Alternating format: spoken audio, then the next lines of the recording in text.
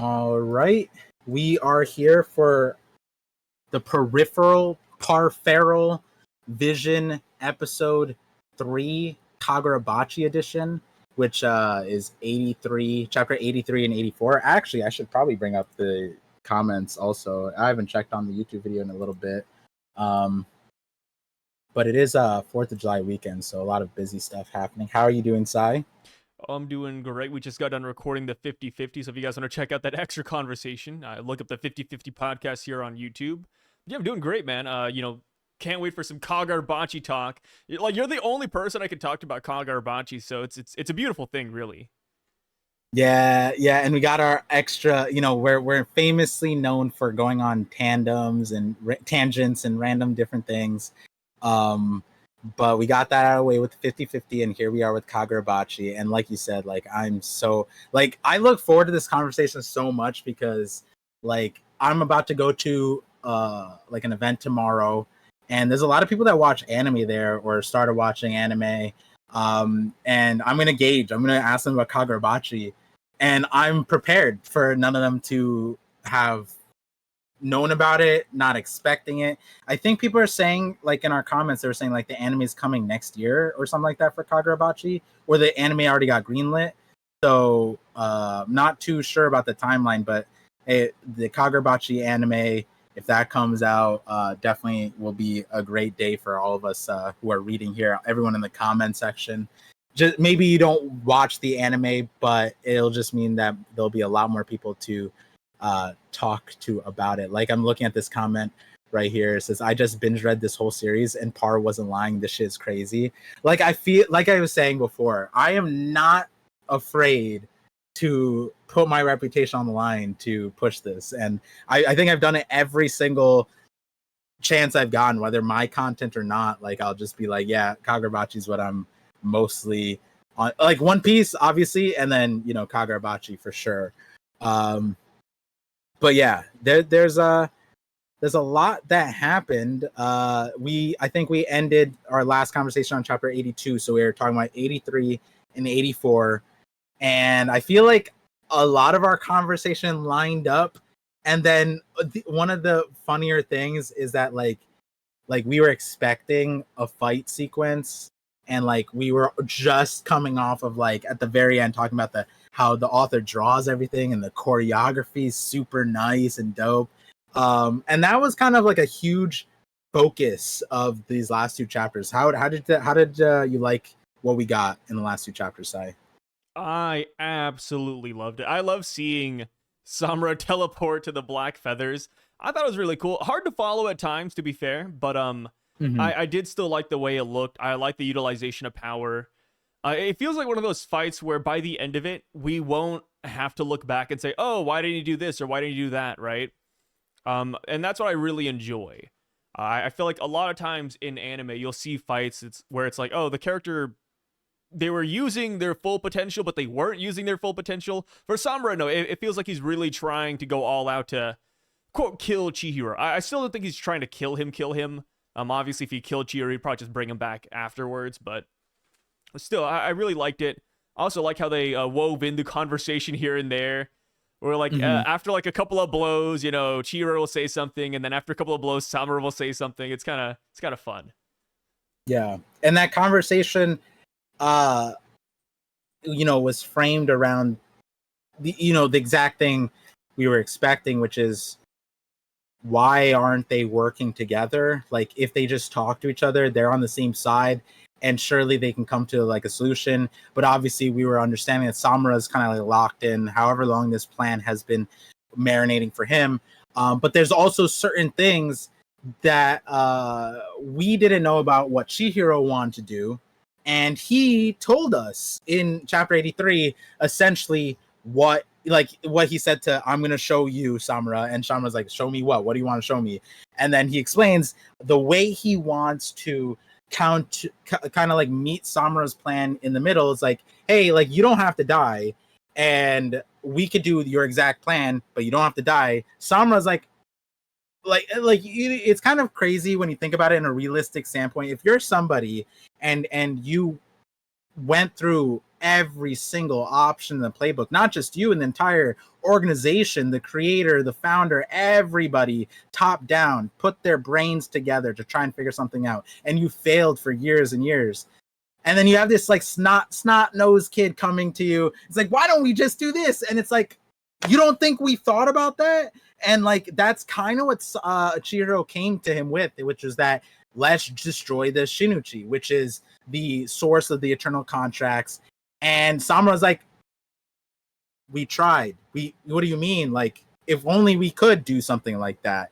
And he brought up the framing that like we couldn't even scratch the swords.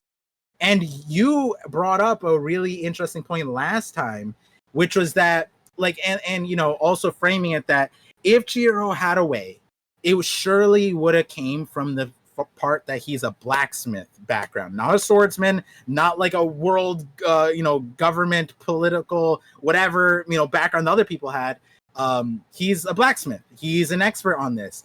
But then Samura also adds on, like, your dad was an expert too. Your dad made the swords. He tried his entire life to trying to break the swords. And then you brought up the point, Chihiro destroyed one of the swords earlier on. And that was kind of like a very subtle thing that you don't realize is a really big deal until you start like learning more about the swords and how important the swords were for the war and just the powers that are in the swords themselves. And then in this conversation, we learn about how the swords get stronger, which is, the users and all that stuff. Why, Chihiro's dad failed, right? Like, surely he tried to destroy the Cloud Gouger before, and he probably failed. But then Chihiro broke it, and the reason why, allegedly, is because the user was a novice, wasn't as strong as one of the master swordsmen, all that stuff. But then there's the reality that Chihiro brings in, and Samura is slowly recognizing, is that the sword that Chihiro has is designed to do is Chihiro's plan. And that's something that like wasn't necessarily told to him, right? Like, am I wrong in that? Like, it's not like Chihiro's dad. It was not told to him. It wasn't told to him. That's something that he kind of had to figure out on his own. Like, why? Okay, all these swords are pretty much like nukes. Why would my dad, who recognizes the gravity of these swords more than anybody, make another one? And so like it's rectifying, is my dad complicit? And he's like, yeah, everyone's complicit, but like surely there was a reason for the N10. And he's explaining that here and explaining that here. And I like it was really well done, I think. Like there was so many angles to just that conversation that was woven into it that I really enjoyed. How did you feel about that like dissemination of information in that conversation in general? Oh, I freaking loved it. I think it comes full circle in a way, because it was kind of odd. It's like, okay, if Rokuhira, I think that's his name, right? The Chihiro's dad. Mm-hmm. Like, if he really did regret making these swords, and if it was a necessary evil, why make another one? And I think this perfectly explains all of that. So I think it was a perfect way to do this. You can tell that this is what the authors planned since day one, and that's what I really enjoy. Like, it was always about N10 being the sword breaker. Kind of sad, I will admit, that Sojo got a lot of flack this chapter. My God, dude. 2-3 times they bring up Sojo. They're like, yeah, that amateur. Like the Cloud Gouger was wielded by a novice. Like, if a real sword master was holding that, you wouldn't be able to scratch it or break it or anything. It's like, damn, brother. Man, dude, Sojo's dead, brother. Leave my guy alone.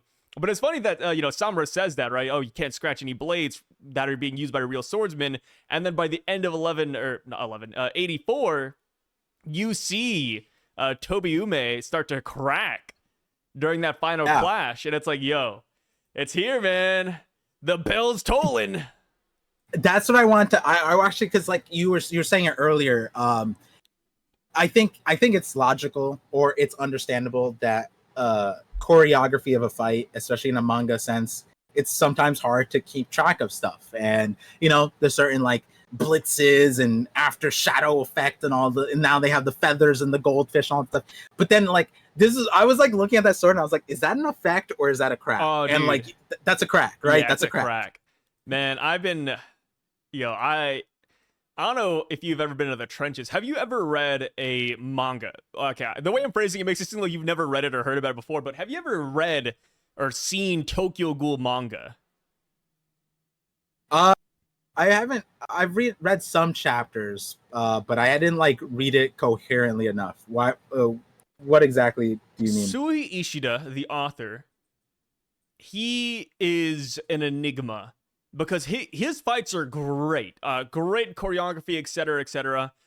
But they are almost impossible to follow when reading weekly. Like, yes, Kagurabachi, like I said, when Samura's blitzing him, it's kind of hard to tell, like, oh, is he there? Blah, blah, blah. But Sui Ishida's even worse. Like, you literally have, like, black splots on a page. You have to decipher what that means. But yeah, I do look at this final panel and I'm like, yeah, it's cracking. The blade, the effect, it's all there. It looks like Tobiyumi's gonna damn near shatter next chapter, which I think is gonna be kind of crazy.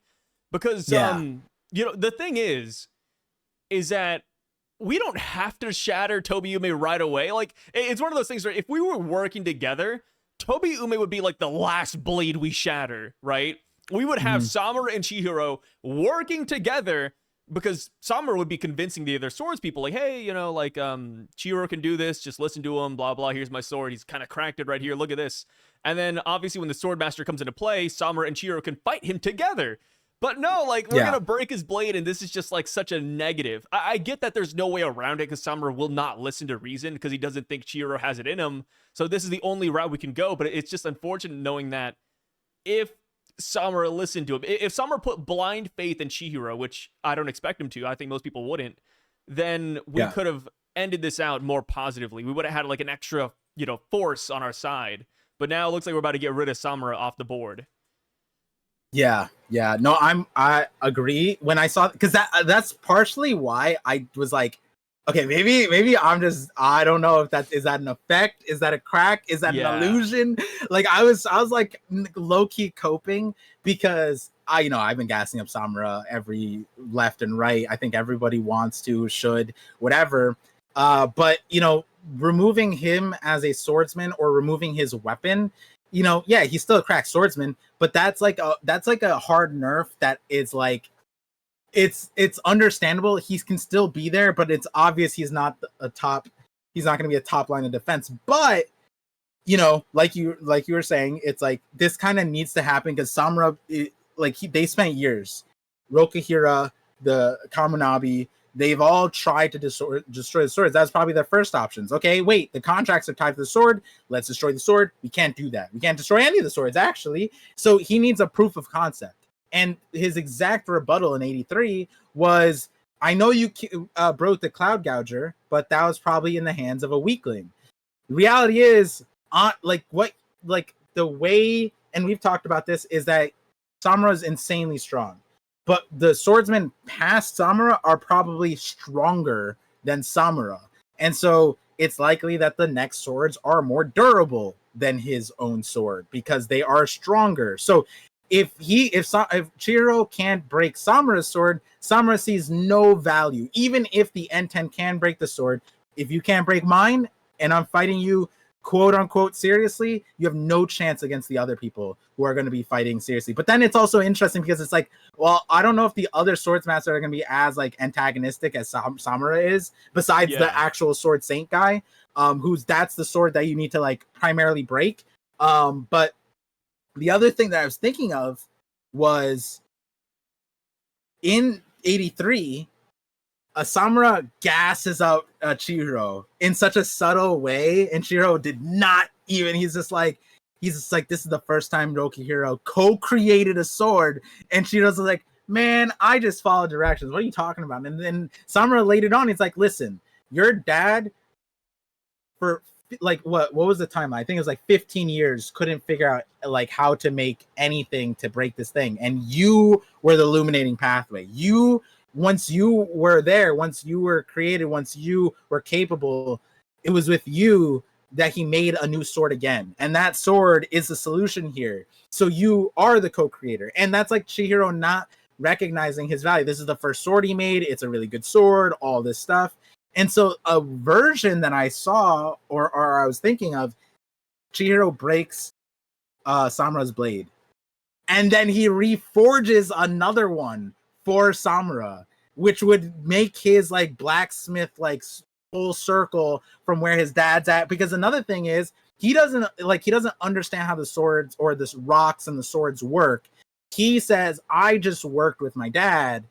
But the reality is he made a blade and he doesn't believe in himself to do all this stuff, which is kind of like the EI technique too. Like he knew it to a certain extent. He just didn't like fully register how he could do it and how he can implement it himself. So I think that a full circle moment would be Chihiro making Samura a blade of his own, which is kind of like it's too fanfic almost. Like I like Samura. Is that me gassing up Samura so much that Chihiro takes out his blade, but he makes him a better one? Like I don't know, but I feel like that would be really cool, and I feel like that would fit. You know, maybe not immediately. I feel it. I mean, the thing is, I think Chihiro will end up forging a lot of blades, not just for Samura, but like Iruha, for example, right? Since he's alive, I could totally see him getting like a special blade as well. But it kind of runs back into the original problem. Like, yes, the Eternal Contracts were bad. Yes, the swords need to be destroyed. But the reason why the swords were such an issue is because they were so powerful. Like, if Chihiro just ends up forging special blades again with the same materials, it's like, we're going to run into the same problem where you're going to end up with another malediction type ability, which personally I think is fine. But, you know, I could see why this would be an issue. Maybe Chihiro forges swords that don't have special abilities, but at that point, just give him a regular sword. So I don't know. I'm very mixed on it. I do think Chihiro will do it. I just don't know how yet. As far as Samura goes, I still feel like he has a death flag over him.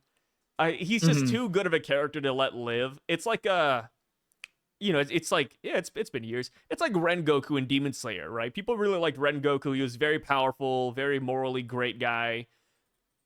We had to kill him. He had to die in the Infinity Train. He had to go. I feel like Samura is that same type of character, not personality-wise, but, like his role in the story, he's too important to let live, is how I still feel about him right now. There's another reason why Rengo needed to die, too, which, again, I'm not caught up with, or I didn't finish Demon Slayer, but I've told you, like, because I'm anime only, but I was also, like, behind on anime, and I remember telling you, like, one of my theories a long time ago, and then you just didn't respond because it probably would have spoiled stuff, but, the reality with Rengo was that he was essentially, Tanjiro, just, like, he had the sun, like literally Tanjiro learned more about the sun breathing through his family line, and like the fire breathing, the sun, I forget what they called it, sana something, like the special breathing where he turned the water into the fire thing. Hinokami Kagura. Yeah, like like, not that he was redundant, but he would have been like kind of redundant. It would have been like the Hashira that would have made Tanjiro's like fire thematic a little bit less there, because you have this Hashira that's been trained in there as a cornerstone, and it's like you're telling me he was probably in line to learn this sun breathing also. Like there's probably a world where he had that. I'm sure they get later explained also, maybe explained away, maybe not even addressed, but there's also that. And I'm mentioning that redundancy because when I was reading 84, I was like, no, the death flag got stronger because Chihiro's also learned the Phoenix move. And I'm like, he's either destroys the blade, Samura stays in the story, or Samura just gets wiped out because Chihiro just learned the move and made him redundant, right? Like it all that goes also to the point where I put a lot of emphasis on the evolution of the sword being tied to the user. So maybe the Phoenix is like only he could do it, right? Maybe Chihiro's a special main character, but he also understands Samura because now he's learning his backstory. But like you would think that this Phoenix move is something like Samura like knew and it took years to hone, and even if Chihiro learned it, he wouldn't get to the like Samura's level. Yeah, I mean, to be fair, Chihiro can't revive people yet. He can only heal himself with the Phoenix move. Yeah, but the fact that it's so quick is a little like, because it's not like it's been 10 chapters since we got the Phoenix. It's been like 4 chapters since he. It's funny seeing Samura realize that too. He's like, wait a minute, wait. He's copying my abilities. What the fuck? Yeah, that's so funny. And I loved it too because he goes something along the lines of like, oh, he just learned it, so I have like 15 seconds or something. And I'm like, that's all you have? Like, that's so crazy. Even last chapter, Chihiro mimicked the black feather teleportation too. Chihiro's crazy. Yeah. I didn't even notice that at first. I thought like, Chihiro just got the blade in his hand. I didn't realize he switched places with the blade. He did. That's crazy. Chihiro's like, I'll let it slide. I'll let it slide. I'll give him a pass for this one. Yeah. He's learning a little too quick, but that's also another thing that like, when it comes to the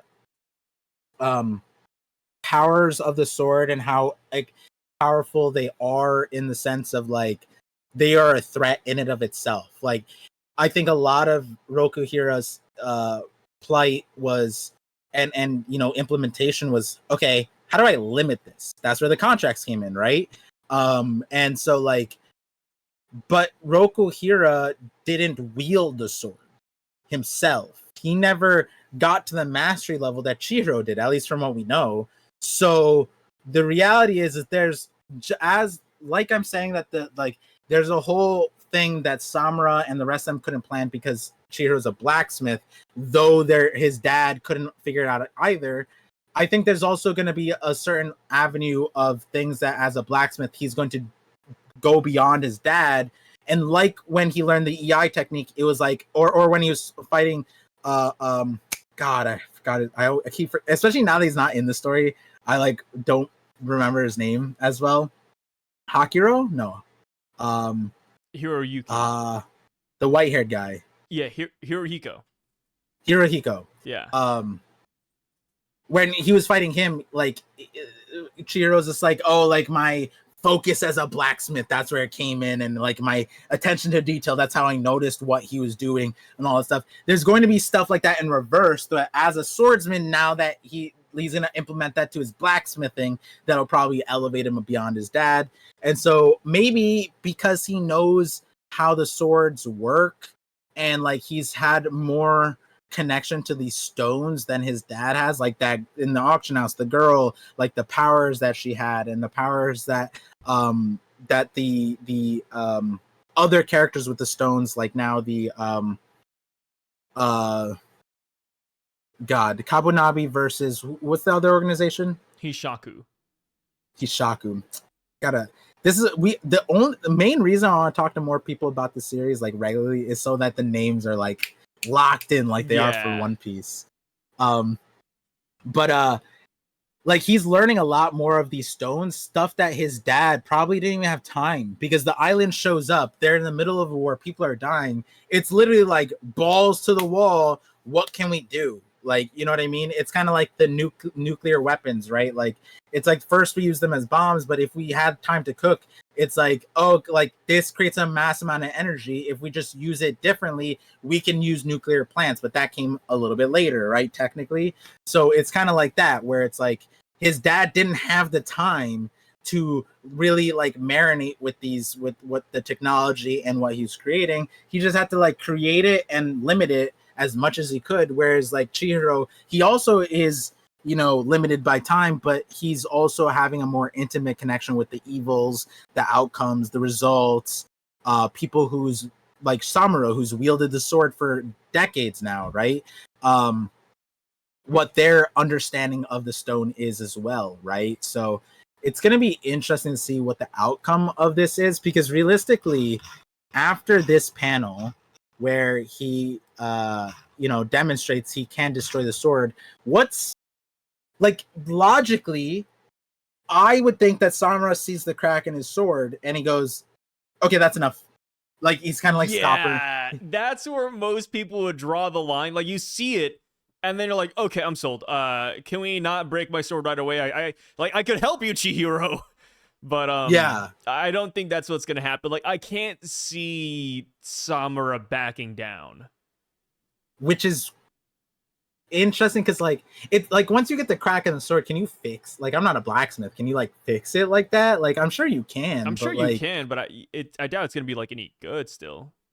Yeah, it's probably weaker. Yeah. I would like it if it was cracked, or like a Meliodas type of thing where it's like he's running around with not a full blade. Like, can he still use the blade to do like healing stuff? Does he get resorted to like pushed back to a healer, a backline healer? Maybe that'd be cracked. That'd be cool.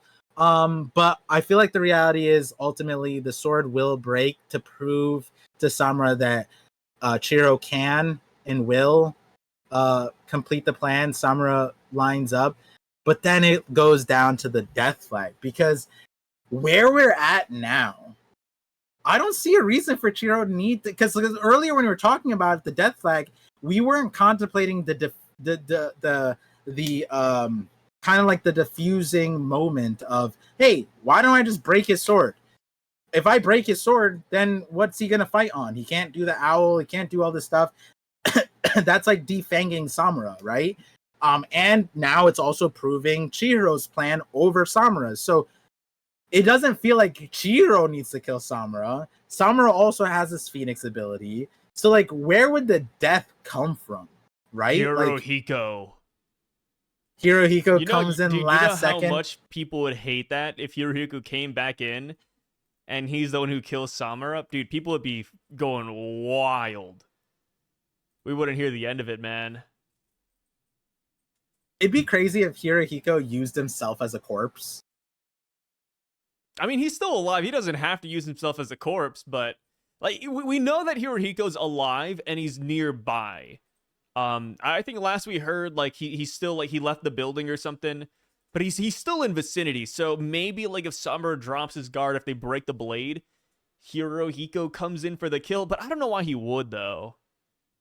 Hirohiko's injury, like what how did he get dispatched? Was it like to the torso, or did like, I forget. He took a mean slash if I recall correctly. It's been a while. Yeah, like a cross-body, right? Wasn't it like that? Yeah, but he's not like dead. Like he could still move around. That was chapter like 78. And then plus, like they have, I don't know if she's a healer per se, but they have like that one support Hishaku there. So like for all we know, he's like at full capacity again, which would be kind of crazy. Maybe a little bit too repetitive if he's like, at 100, but I think he's a character that could definitely come in at the 11th hour and kill Samura. I don't know if I like that because it's kind of cheap. Not like storytelling wise, but a cheap shot on Samura. Yeah, I don't want him to go down like that, man. But it's the possibility isn't zero. It is not zero at all. Yeah, it's no surprise Hirohiko can't move. Using a super powerful move is exhausting. It'll deplete your physical and spirit energy. That's normal. What's abnormal is Mr. Samura. Yeah, and he's just sitting there with like a full body gash. It looks like he doesn't have an arm, honestly. The girl that he's with is Toto, right? Yeah, Toto. What's her ability?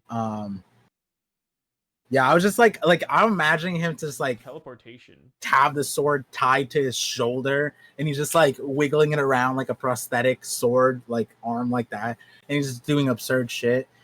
Yeah, like when you think about it, Hirohiko's the only character in a place where killing Samura is plausible, but there's the other route too, that like, because the reality is that the Hishaku, surely they had a contingency plan outside of outright fighting Samura, right? Like like we just saw them have like death triggering spells, right? And those people complied, but maybe Samura got like, one pulled over him, and maybe like I don't know necessarily like the Phoenix thing brings him back to life. Like he can't do it to himself, so it is interesting. I mean, another way to kill Samura, an easier way, is just to fight his daughter. Yeah, that's true. If you were to go in and hurt his daughter, I mean, he'd probably take her place, right? I'm forgetting. She also never made a decision, right? On what? On whether she chooses to get her memories wiped or not. No. Yeah, it just like interrupted that, right? If I recall correctly, yeah. Yeah, I don't think she gave a definitive answer, but like I think it was like the story was lending us to that she would just be like, yeah, I want to forget, but Um, I forget what chapter that was. That has to be before. Yeah, I need to go back, and I'm still in the process of rereading it right now, but I'm pretty sure that was just Samura's decision. Yeah. I'm the only one who should get hurt. Suzaku, heal. Wounds are the fuel. This is chapter 76. Oh my god, Samura at the end of chapter 76 looks so sick. And then here's the Suzaku chapter stuff. So much happens so quickly in these chapters, to be honest. But yeah, and then like also, yeah, the daughter. Like, realistically, Chihiro would make her a sword too, right? Like, that's another reason to think that he makes a new sword. Unless we're to understand that like she takes the Toburame after Samura dies and Chihiro fixes it, right? Like, it's something like that, maybe. It's funny because like we talk about like Chihiro making swords, and I think that's gonna happen for sure. But it's funny thinking about it because like that would take so much time. Like, where would we find the time to like actually sit down and say, oh yeah, Chihiro's just gonna make like 3 blades. You know, he's just gonna sit down, become a master blacksmith to some extent. He's gonna make 3 blades, and we're gonna move on. Like, that's why I think the idea of the Hishaku winning at Kaminabi HQ and then us getting a time skip is so fun. Yeah. Here's the thing though. I am more inclined to believe that him making the swords, it is more realistic than the rate at which he became a master swordsman. Or like, not master swordsman, but like being able to fight on this level. I feel like from Samura's standpoint, this is ridiculous, right? That Chihiro is on even near, like even clashing, even like when the crack happens on his sword, Samura has to rethink a lot. It's like, when did this kid do? I trained this kid, and I know he's nowhere near this, nowhere near strong, nowhere near the competence with the specific swords. Like, they're literally just having a conversation about how the sword's durability in and of itself is contingent on the sword person who's wielding it. And now we're seeing Samura's sword is folding to Chihiro's sword. And even if you want to say like, hey, like his sword is designed to do that, the reality is it's like Samura's probably clashed with the swords master too, right? Like, and so it's kind of this wild understanding that like we have to recognize that Chihiro on that front has been excelling so much that like the blacksmithing part, that last chapter 83, kind of like he's already in a master realm because he technically forged the N10. And the recognition that he doesn't apply to himself is that Samura is saying that your dad could not forge that sword. He needed you to forge that sword. And what we got from Chihiro's backstory is that I think the reality is that Rokuhira didn't forge the sword. Chihiro did. It was all the direction of his dad. Like, he followed the direction, but Chihiro did everything. So like he did everything for the Enten and had no part of Rokuhira, which is like, besides the direction, like, hey, you do this, you do that, which is a lot, which is crazy. If Chihiro recognizes those steps, then maybe he would be able to do it. If he forged the N10 the way it was depicted in the thing where like he did most of it and his dad just gave him the direction, then who's to say he wouldn't be able to do the next part, right? I'm sure his dad played the part with like the Datenseki material. Maybe that's where his dad came in mostly. Yeah. But it, from what we're getting, co-creating is kind of like an understatement, because it's kind of depicted that Chihiro did a lot of the actual blacksmithing part, which is interesting. To say the least, because I don't know how that translates to him making his own swords. It's like what they said earlier, right? Like, Chihiro has his father's eyes. So pretty much, yeah. I mean, we've seen this trope in a lot of animes and even in real life, right? Like, the kid is usually better than the father ever was. Like, that's probably going to be the case here. One thing that's really cool, we'll pick up here. One thing that's really cool is that that little guy, I forgot his name. It starts with an R. But him and the rest of Samura's squad actually jumps into this fight, which I think is awesome. Not, because I don't really care for some of these bodyguards as much as the next guy. So it's nice seeing that they have like their own shine. Like Uruha's bodyguards, they were cool for a minute until they all just died. And then I thought these guys were just gonna get written off as well. But here they are, man. They're kind of showing out, right? They're like, oh, we're the only people that could actually do something here because we move silently. So silently that Samura can't detect us. So that's kind of sick. And the author used them really well, because the whole point of their squad, and I think the whole point of every single sword master's like entourage, is they're supposed to also be able to handle the person as well, or be very valuable in that light, right? So in Samura's case, they're ninjas because they're avoiding smell, sound, everything that Samura uses to fight normally, right? They counter everything, but they're not ghosts. And the reality is, and this is what brought up immediately when Suzaku the Phoenix was introduced, was Samura chooses not to heal his own eyes. We know that he has eyeballs. It's not like they were melted off, but apparently the Phoenix could probably heal that too. It's not like he has like I guess the stipulation would be like a neurological thing where like his optical nerve, but apparently he'd be able to heal that too. But the Masumi are essentially like, bro, you're choosing to be powerless against us, right? Like, and the way, like the dialogue that was given to them, I was like, this is like the coolest way that they could be used, because it was like from a functional aspect, a power aspect, like it's a choice that Samura is not healing his eyes, and they were like, so we're gonna use that. And they're using that to reflect on him, to say you're afraid to open your eyes to a future in which you go on living, which is like so true. That's great. Which, like, we were talking about the Samura Chihiro conversation. It's like the only reason why Samura wouldn't want to go alongside Chihiro, if his plan is sound and reasonable, is because he would just want to die to atone for the sins, right? Like at that point, if Chihiro's plan is like everybody lives except for the sword master, no, now Chihiro's plan is everybody lives. We just kill the swords. And now Samura is like still countering, and they're like, yo, you just, for whatever reason, and then they bring up why. He's like, silence. I've already seen, I know what that future looks like. And it's like, it's crazy because, like, I get that side too. I get what Samura is saying, like the darkness, he feels like he's like the problem world that he put his daughter through, his wife, like he couldn't save that situation back. Like there's so many instances of Samura that he had to like cope with in life. And there's certain things that you just go through life and you want to think you heal from everything, but you don't.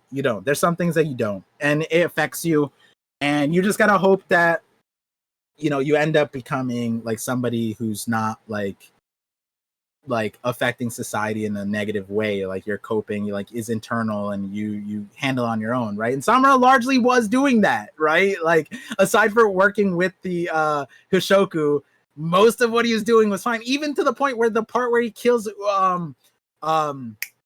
Urahara, right? That's his name? Uruha, yeah. Uruha, right. When he kills him, he just revives him. And all the doctors like, wait, what? You know what I mean? They were like blown away. Like, and he developed something that was like so mind-blowing. The world has never seen that. Like that, to the point that he was still trying to be as harmless to society as possible. And I get it. But then this personal thing that the Masumi are pointing out, like they are right, but I also get Samura. And like, but then I don't know, there's just so many levels to what is being discussed, and I love the way the Masuma came back, because they didn't need to. Like I feel like in a lot of stories, like you were saying, like the way Uraha's entourage just got dispatched, used up, they're not in the story, they didn't get revived. We'd continue that. The Masumi was probably going to be like that, but no, we're using them, and we're using them really well, I feel like. And the reason, I didn't expect too much from them initially. Even though they had that whole showcase a long time ago back at the temple, it's because of the taste that the anti-Cloud Gouger group left in my mouth. Brother, those guys were kind of cheeks. I just keep on thinking back to them, and I'm like, yo, I think that is why, like, I see some of these, like, swordsman squads, I'm like, yeah, they kind of ass, but these guys are decent. These guys are really decent. Yeah, these guys are decent. Let me see this. I see a comment Oh, saying, why are people celebrating a fake out death? I know it makes sense, but it sucks ass. Makes Samura lose his threat level on the fight, has no stakes. I think like I don't the fake out death, if we're talking about like Uraha, like it's a little bit different, right? Because it's contingent to the plan and it's like a demonstration of the plan. And I feel like it's not overused or overdone yet, especially where we are at the story. But also like what's even in this conversation, right? Like the author is demonstrating like a very like they value the certain characters that they're keeping alive, and when they bring them back, like the Masumi, not necessarily bringing them back, not fake out death, but like everything's being used pretty well. I feel like, you know what I mean. So yeah, I'm not. Yeah, and then plus like we've had a couple characters already die already. Like what we Mhm. had like Kudo die a while back. Obviously Sojo's dead, Kyora's dead. Like we have characters that die in the series. And as far as Iruha goes, like we didn't see anything from him before he died. Like that is why like I wanted him to come back, just because we have nothing from him. He showed up, he was there for maybe 3 chapters, and then he was cooked right away. Like we've never seen him with Kumayuri, or Kumayuri. So it's like, yeah, I think there's so much potential with him. So I celebrate the fake out death. And then plus there was always room for doubt anyways, right? Like we already knew that, yeah, like he's probably going to come back at some point. Like we didn't see Yeah, his dead body, our like shonen brain, bro. yeah, it's if you've read or seen a couple of animes, you knew that there was a chance that he would come back. Like it was never zero.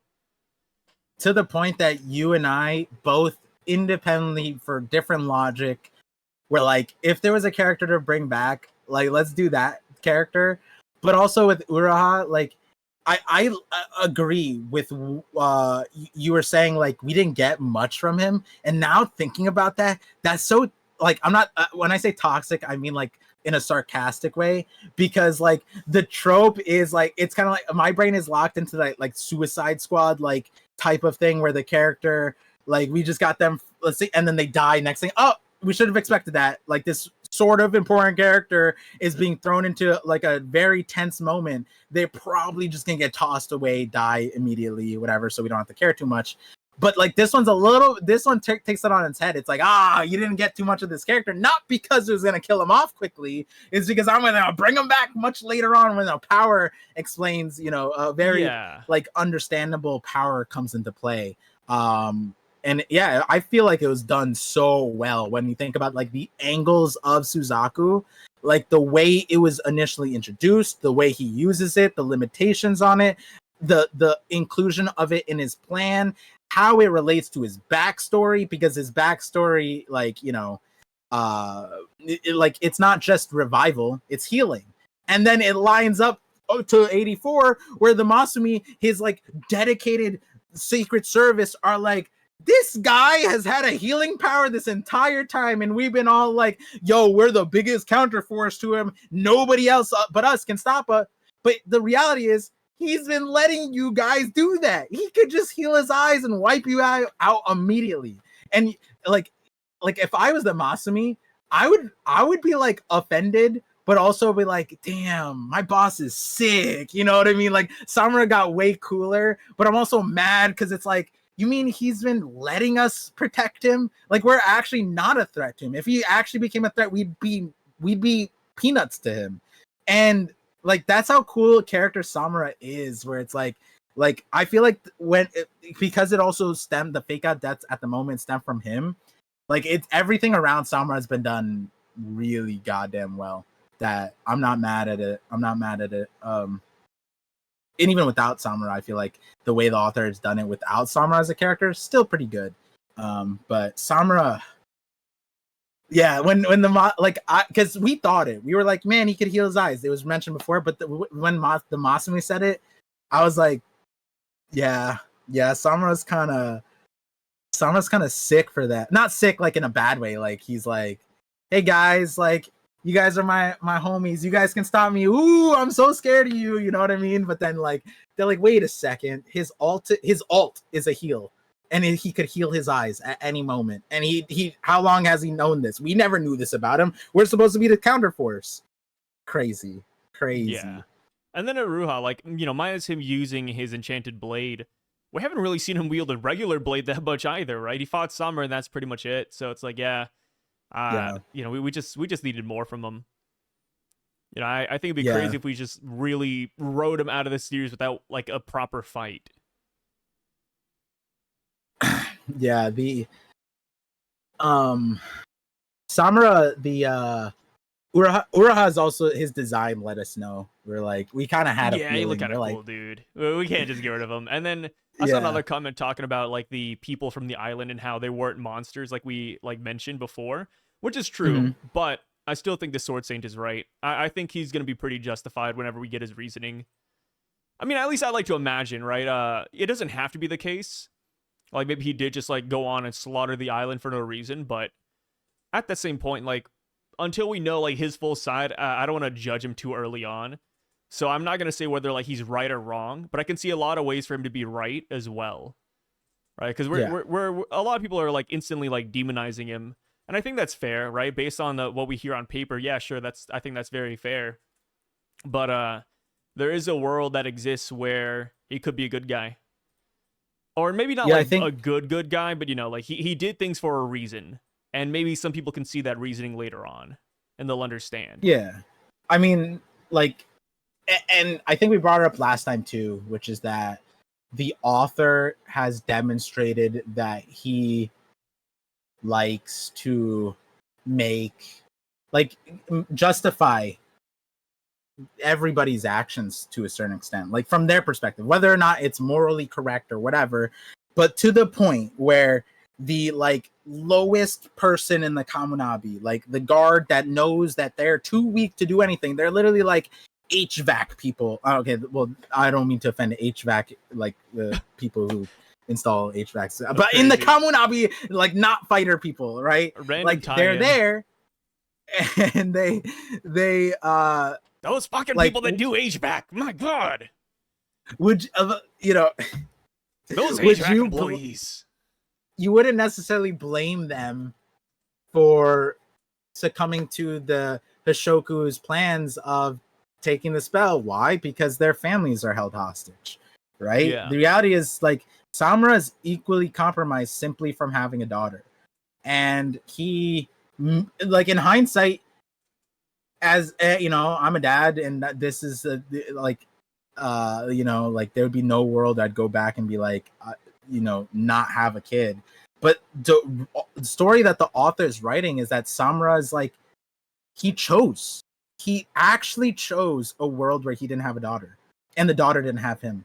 He actually already had chosen that thing. And I feel like that tells you how conflicted having a child is, and that's kind of the thematic that the author is writing, from Chihiro's dad, from Samura's daughter, like all the parent stuff, and we're seeing it live that the author's also applying that to the normal people working at the Kamunabi, that they are compromised because they have a family, and so much that they will become like suicide tree kamikaze people. And it's like, hey, I love the nation, but my kid comes first. And so if we're not to apply that, hey, maybe the Sword Saint isn't compromised in the same play, I would be hard-pressed to think that the author wouldn't compromise them in another way.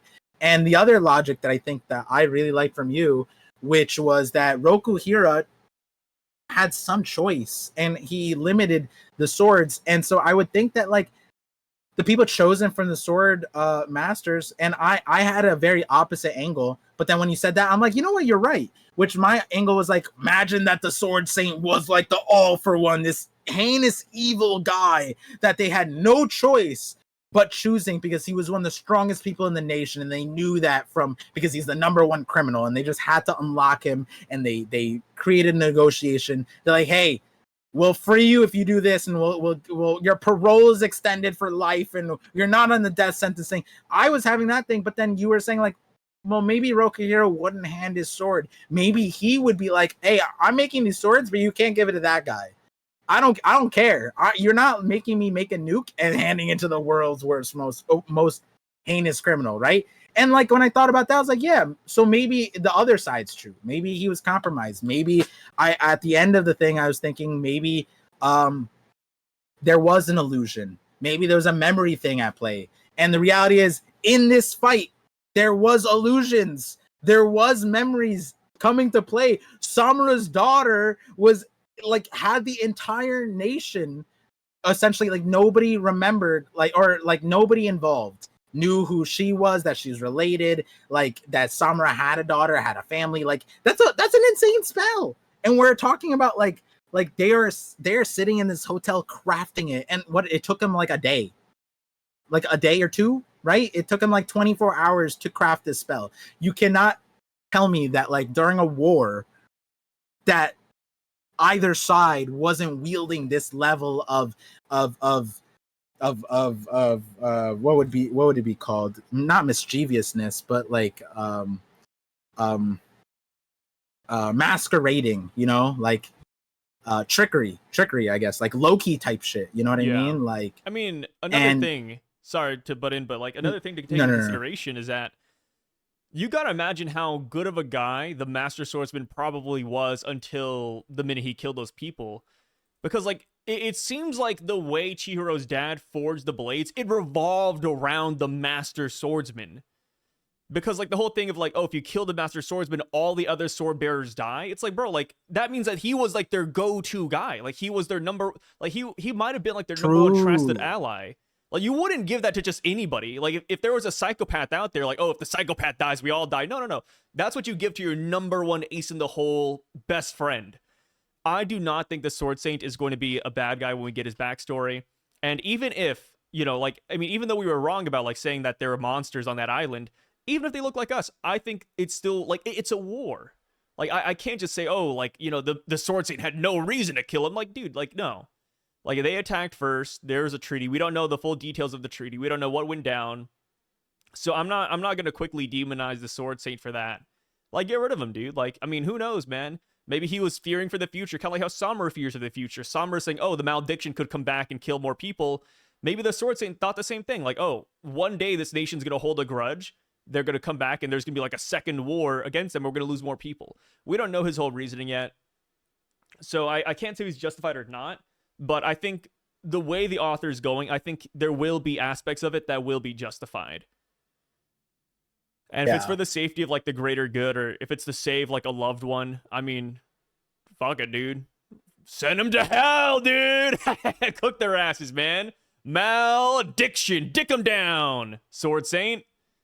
That's what I say. The malediction also has, like, a flowery, like, it grows flower.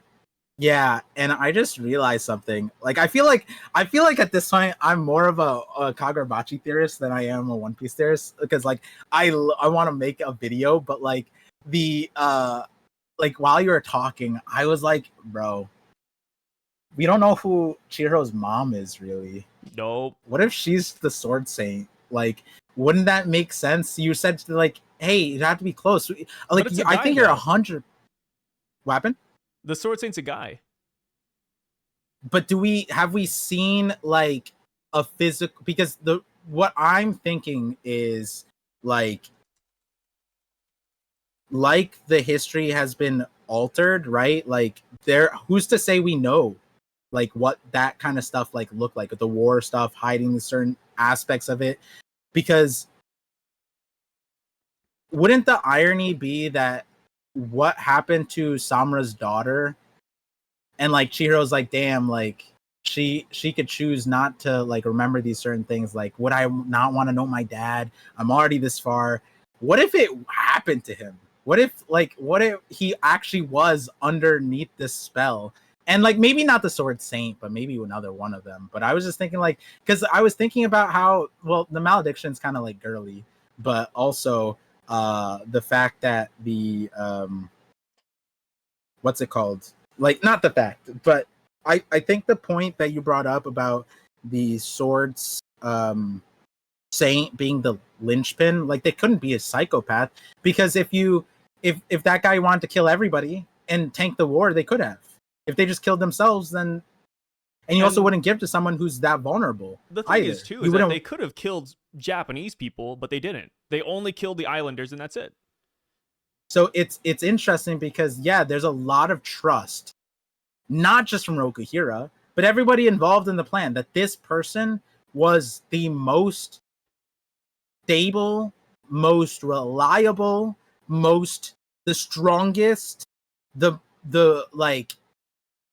there's a certain air that you give to, because the reality is, it's not just like, what did they have a tournament of power to determine who gets the thing, or was the swords are crafted in this way where the contract goes to this person, right? Did Rokuhira actually like test out the swordsman, like, okay, the strongest one of you gets this sword, or was it the other way, right? Like, it was that the swords were crafted and the swords masters, like, bonded with the sword and evolved them. They didn't have a full understanding of the powers and the stone and all that stuff.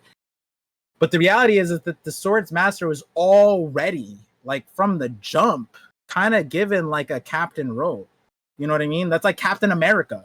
You know what I mean? Like, the reality is that Captain America went through a bunch of things, that he was a super weak person, and the government gave it to him, and or the shield was like, oh, you're the best of us, the real true soldier, a true representative American, like, like how America should represent, like, and there was a certain air to qualifying for that role, which is what Marvel's redoing with the new guy or whatever. But Steve, was essentially, they like the Sword Saint, they probably had to be like the best of them, like, in all regards. Yeah. So good person. Kind of like, and how then I was thinking, like, seeing like the future, man. I'm telling you, I think the Swordmaster saw a bleak future as well. Yeah, because like, if Samura, like, it's okay. What, like, it's Sword Saint being Chihiro's mom. Is there a possibility that the other sword masters could be like Chihiro's mom's there? I don't think I so. don't think we've known. I don't think we know anything about the mom, right? We don't know anything about the mom. I don't think the mom's the Sword Saint, because we have a picture of him already. It's a guy. There's one other female sword master, or Shinoichi Surprise, holder. Chihiro has two dads. But she looks like a teenage girl, like the same age as Iori almost.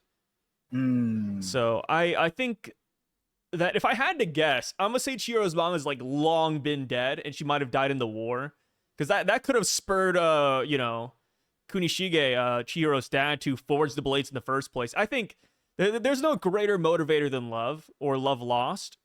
That could be the reason why Chihiro's dad's like, okay, I gotta forge these blades and kill these fuckers. Or maybe that's like the Sword Saint's idea. Or it's like, oh, they killed my wife or family, time to annihilate every single islander.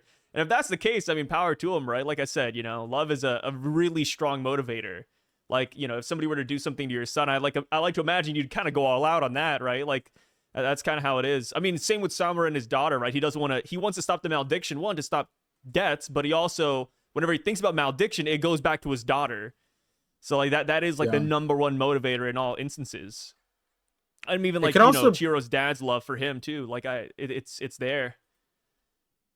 I think it's interesting because, like, this isn't like, it is like One Piece in a way, where like void moms, but like in the sense that we've gotten the mom stories, like the author hasn't been afraid. But Chihiro's mom, like, it's so blank slate that the author could literally just make Chihiro's mom from the other island. Like, Chihiro's dad having the connection with the stones, being able to work around them, having he's the only guy that maybe there is sweet nothings whispering in his ear, like, hey, like, this is actually how the stones work. I know you guys see them as evil, but like, blah blah blah, like, and then he's just like, oh shit, and then she helps him. Maybe if she's not on that end of it, like, earlier I was saying, like, she's on the sword side, maybe she was on the other side, which is why Chihiro and his dad were kind of in an isolated protective scenario, you know what I mean? If people found out that the hero of the nation was married to the other island, one of those people, I think that would fit really well. And as far as shonen goes, the perfect amalgamation of both sides. Yeah, why Chihiro's able to like highly evolve through the sword things, like maybe he's got something good in there. You know what I'm saying? Like, he's probably a mix. Who's to say? Yeah, and I could see that happening. Also, random theory out of nowhere. I feel like by the end of the series, we're going to get one Daten Seki monster.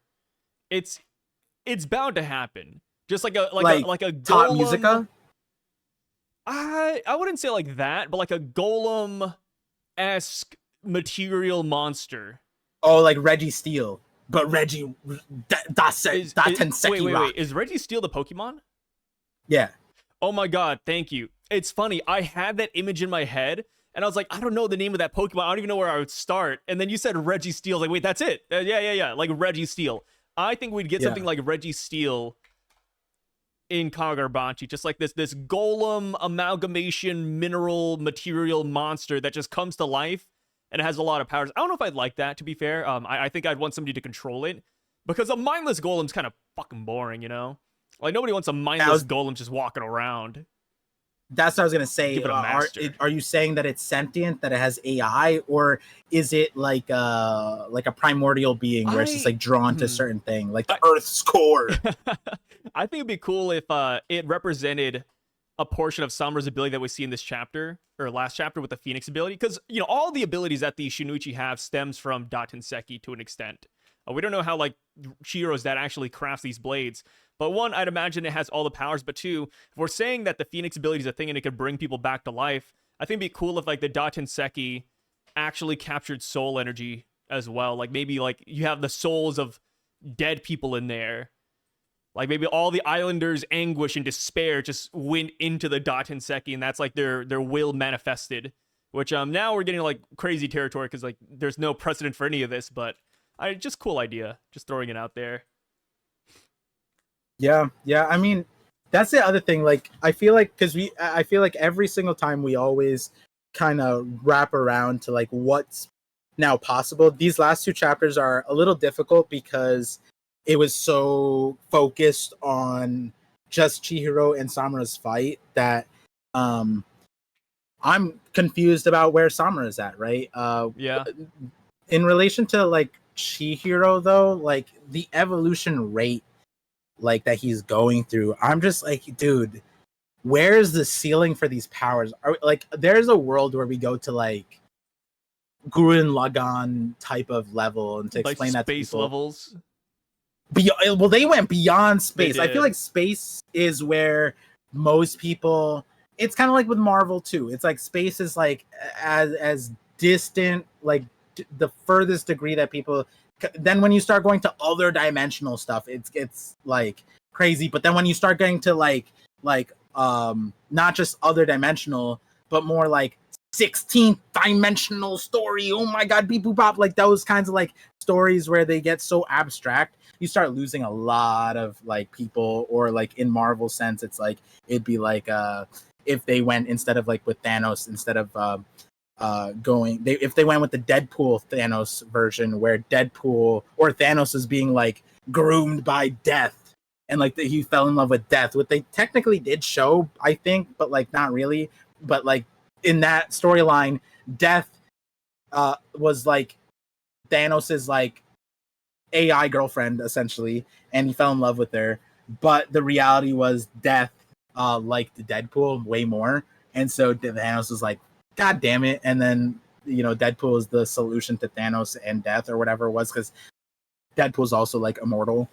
Yeah. But like when you get to that level, if you did that in the MCU, you'd lose people, right? Like if you went to that tier of like primordial death in life, which Marvel does do, but they don't, like in the comics, it's more, you know, more obscure, I feel like, than what the average person goes to. But like here we are, Chihiro's already like scratching the realm of like revival on his own. Not talking about like a one-off character that had a specific backstory that is able to do that because of all the trauma they've been through. No, we're talking about a character that he just got dropped into this, and we don't know. The other part of it is, like you're saying, like the other island. What if they had golems? And someone said, I really like the idea that the island was not the whole; it was the extension of a larger kingdom. And I personally like that idea, because that would, one, extend the story, but also like that is kind of, you know, the reality that most of us would expect if we got invaded by like a alien entity. it wouldn't be all of them. Like if we went to Mars, we're not bringing everybody. We're bringing That'd like be an kind of fun on. if we did, dude. Imagine how awesome that would be, though. Like we show up to an alien planet, but it's not just like, you know, Elon Musk or Jeff Bezos. No, it's all 7 billion humans. Like, my God, the aura that we would have, dude. But yeah, no.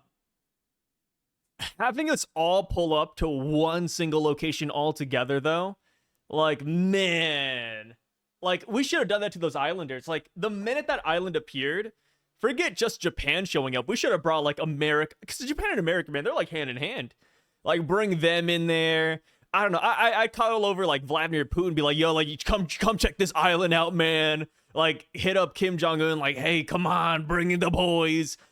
Like I cannot believe Japan went to war with this island for so long and lost so many people, and more countries didn't hop in to see what the hell was going on, especially with the materials they got. Oh, dude. I feel like countries would be fighting over who kills them. Holy hell, dude. Like, the minute you hear about rare materials like that give you magical powers, bro, would you not want to invade them? I feel like when it comes to anime, that's all my brain always goes to. This is the most fictional part of the story, is where Japan is just like the only place in existence, apparently. Like, yeah, like, because it's not like, this isn't fictional Japan. This is like the Japan as we know it. Like their society, like there's some interesting things where it's like there's like rural but also like futuristic, like they have cloning stuff. And I'm like sitting there like, where's the US in this story? I get it, Japanese story, but like we're talking about like an island showed up. I think we would know before Japan. Like I feel like technically no offense to Japan, we kind of own a lot of their, you know, offensive capabilities. So in reality, in a real world scenario, we'd probably know before them. Unless China would be the other entity there. Japan wouldn't even fight. It would just be America fighting for Japan for the most part. So there's also that. Yeah. And the other reality is China would just take it immediately. They would finally give up on Taiwan, and they would just take over that island and be like, okay, we're finally done aiming all our missiles at Taiwan. If anything, this island would be like the great unifier. Dude, imagine Xi Jinping, Vladimir Putin, and Donald Trump all holding hands going after this island. Dude, that'd be crazy. Like, imagine instead of the swords masters, we have like the 6 political figures in the world coming together, just attacking the island. That'd be so funny, man. Yeah, that's why the island is like I do think, because like in My Hero, not a hard reference, but like they did bring in the concept, but like it's so silly that like All for One existed for like basically thousands of years or however hundreds of years, and there's no international anything of like, hey, if this guy's allowed to cook, we're all cooked. How about we put a counter force here? Nope, let's wait until he already takes over Japan. That's like that. Like again, that's like the most fictional part. That like where is Japan in My Hero like the #1 nation? Like, because that's how it feels like. And then when shit hits the fan, no, we found out America's cracked. And they have like B-2 bombers sent in, and they're cooked because they waited too long. And then they have the #1 hero waited too long. And who are they fighting? Nobody, because all the villains are the Japanese ones, even in the movies. It's like I feel like there was like that one Italian guy or some shit, but like other than that, it's mostly just like everything's coming from Japan. You would think that like, hey, let's watch this place a little bit closer. I do think it's really funny whenever I see animes try to incorporate other countries, like Baki did it, or it's like I think Obama was in there and it's like, Mr. Hanma, nice to meet you. And then there's like a Death Note where like Donald Trump's in that one. You know, like I think it's funny when animes do that, just like, oh yeah, here's the explanation for where America's at, or oh, here's you know, North Korea over there. Typically, it's funny, you know, you don't really see much of like North Korea in anime. Yeah, because it's kind of lame. It's lame to include them. Yeah, I guess so. Because they're not. We don't. It's not because they're strong. It's I think it's also like maybe scarier to bring in North Korea. Mhm. I mean, America's not even scary to bring them in because like America and Japan are like this and that. But Yeah. I guess North Korea, it's like if you make fun of them too hard, like they're literally across the pond. So, like they're like a couple hundred miles away. They're not that far. So I guess Korea's like the Yeah. scarier one to make fun of. But yeah, still, But we did either have that way. movie, The Interview, and James Franco is fine. Was Oh, the well, other but guy James is fine. Franco lives in America. If James Franco lived in South Korea or Japan, I think he'd kind of be cooked. I Like see who's to what say you he wouldn't mean. get like swapped, like snatched up on a boat? Like you can't kidnap James Franco here in America. But if if James Franco lived in Korea or Japan, I think he'd be swooped up off the street or something. Yeah, it's funny because like I feel like certain depictions of world leaders and nations, it's like you could have easily swapped one of these people for like North Korea, but they just didn't and didn't call it that. But again, it's like North Korea isn't that interesting. The scope of like even in Kagurabachi, it wouldn't be that like they're not helpful. They're just I don't malnourished. know, Kagura. Like What would a North Korean character look like in Kagurabachi? I think we need that answered, man. Actually, not even like bringing in the meme of like the Chinese Korean comic par, but in manga that you read, has there ever been one that like explicitly brought in North Korea? I think so. Huh. Yeah. Yeah. I feel like from a writer standpoint, I don't know. If they're dealing with something like that, they're so because even when you think about the world, like if you're writing a fictional story and like you're either not tying it to the world events, but if you are making a current or world event, like in the grand scheme of things, how many times has North Korea come up into international news as an actual threat? It doesn't. It True. never does. It's that meme. Like also North Korea is used as a political talking point. It's allowed there also because then China and Korea could be like, hey, there's a scary guy up there. And its reality is if he was that scary, we would stop him, but they're not really that. It's just kind of like humanitarian crisis, but like if the Western world went into Asia and started doing shit, the Asian people would be like, yo, what are you doing? And then China would have, there's a whole geopolitical thing, North Korea. But yeah, so from a writing thing, it's Damn. kind of like they They're could just avoid not that that pretty interesting. easily. That sucks, man. Yeah, Like if I yeah. was Kim Jong Un, I think I'd be almost more offended at that than a bad depiction. I'd be like, yo, what do you mean we're not a threat? I'd be like, God damn it. No, my thing is, if I was Kim Jong Un, oh my god, the amount of anime that I would make glazing up, Same. bro. Dude, I don't get I don't know how you are a dictator with unanimous like ultimate power and you don't see the Japan model where they literally were an imperial like slight on the world and they changed it all through anime. And Kim Jong-un could literally be like, Yeah, yo, like time to cook. he's got the propaganda machine up and running in North Korea, but at what It's point only is he inside. just preaching to the choir? Like, come on, Yeah. dude. Like, you need to have better propaganda that breaks through your country. Like, if you had truly good propaganda, I mean, it's not hard, but you could get like Americans rooting for North Korea and Kim Jong Un if your anime Easily. went that hard easily. Yeah, dude, we believe anything over here. So if Kim Jong Un put out like a really good infomercial, my God, you'd have people like walking outside saying, "Woohoo, Kim Jong, let's go!" I feel like with all the power and the money he should have, like it's almost criminal how he's not utilizing it well. Like all he does is get Dennis Rodman and that's it. Are you kidding me? Yeah. Yeah. Yeah. I Do think more than back to like that, Kim. a thing that I like you said, like you can convince anyone over here for anything. Think back to like I mean there's current examples, but not to, spice up the algorithm. In 19 I think it's 1941, so that's like the year we started deploying for World War II. There were Madison Square Garden had a rally for Hitler. Why are we fighting Hitler? Get out of stop! Don't fight. Don't fight Let the Germany, Nazis live. guys. Yeah, it was pro-Nazi thing, and they weren't Nazis who doing it. It was literally just Americans. They didn't have the Nazi ideology, but they were convinced of like certain Anti-war. Stay talking out of it. points. And what was it? I mean, a lot of it was like also just anti-war in general. Yeah, no, in like yes, the anti-war, but also like I'm pretty sure that specific one was pro like like yes, anti-war, yeah, it was a huge blanket, but it was also like let them cook. Like what are we who are we to stop them? Yeah, it was not literally. I was like the signs are wild and it's like that's you that's put every country, right?